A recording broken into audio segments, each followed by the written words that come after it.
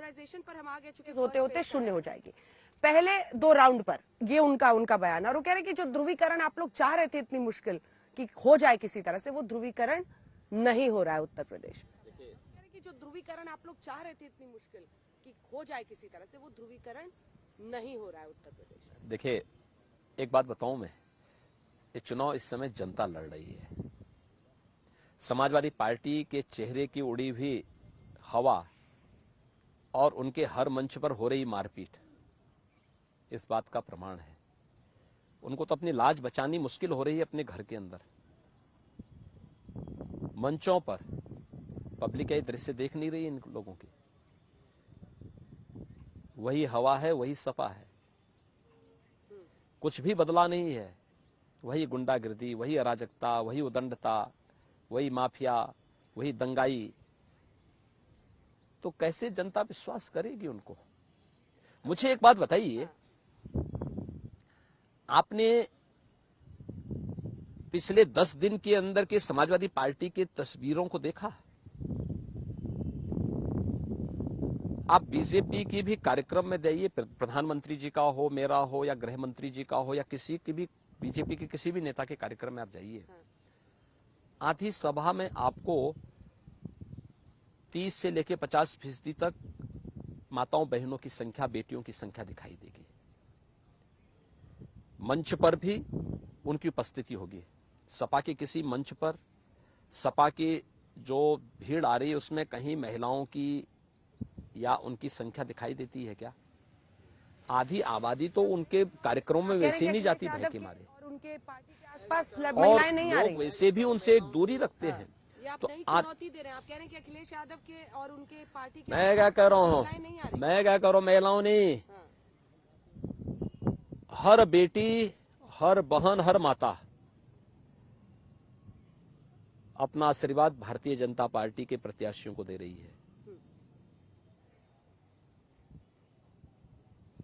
हर गरीब, हर किसान, हर नौजवान भारतीय जनता पार्टी के पक्ष में है। हर व्यापारी भारतीय जनता पार्टी के पक्ष में है। इनके पास बचता क्या है? इन पेशेवर दंगाई और माफियाओं को लेकर के, परिवारवादी लोगों को लेकर के कब तक ये लोग अपनी लाज बचाएंगे? फेज वाइज एक बार जल्दी सारी सीटें हैं जिनमें काफी बहुल है मुस्लिम वोट। तो आप जो पिछली बार आपने 53-58 में से जीता था, वहां पर आप फिसल जाएंगे इस बार। पहला फेज, हाँ, जो पिछली बार आपने सीटों पर चुनाव हुए, हाँ, से जीता था, वहां पर आप फिसल जाएंगे इस बार। देखिए, फर्स्ट फेज में 58 सीटों पर चुनाव हुए। 58 सीटों में से भारतीय जनता पार्टी 45 से लेके 50 सीट पाएगी। मुझसे याद नोट करके ले ले। 45 से 50। हाँ, मैं कह रहा हूँ, नोट करिए। फिर आप लैंडस्लाइड बता रहे हैं। मैं क्या कह रहा हूँ ना, मैं फिर कह रहा हूँ, 80 बनाम 20 का ये चुनाव हो चुका है। इसमें कहीं कोई संदेह होना ही नहीं चाहिए।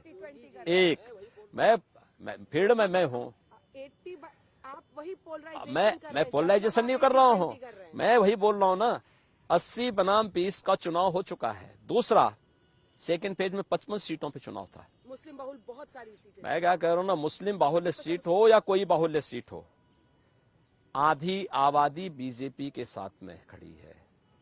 हर व्यापारी जिसको अपने व्यापार को सम्मानजनक ढंग से आगे बढ़ाने का अवसर मिला है, वह भारतीय जनता पार्टी के पक्ष में खड़ा है। हर युवा भारतीय जनता पार्टी के पक्ष में खड़ा है। हर अन्नदाता किसान भारतीय जनता पार्टी के पक्ष में खड़ा है। ये जाति से ऊपर उठकर, मत मजहब से ऊपर उठकर, पार्टी लाइन से ऊपर उठकर के ये वर्ग भारतीय जनता पार्टी की डबल इंजन की सरकार का समर्थन करता है। जो बचता है वही 20% में इन लोगों का बंटवारा है। और मैं फिर कह रहा हूं, सेकेंड फेज में 55 सीटों पर चुनाव हुए हैं। 55 में से 35 से 40 सीट भारतीय जनता पार्टी प्राप्त कर रही है।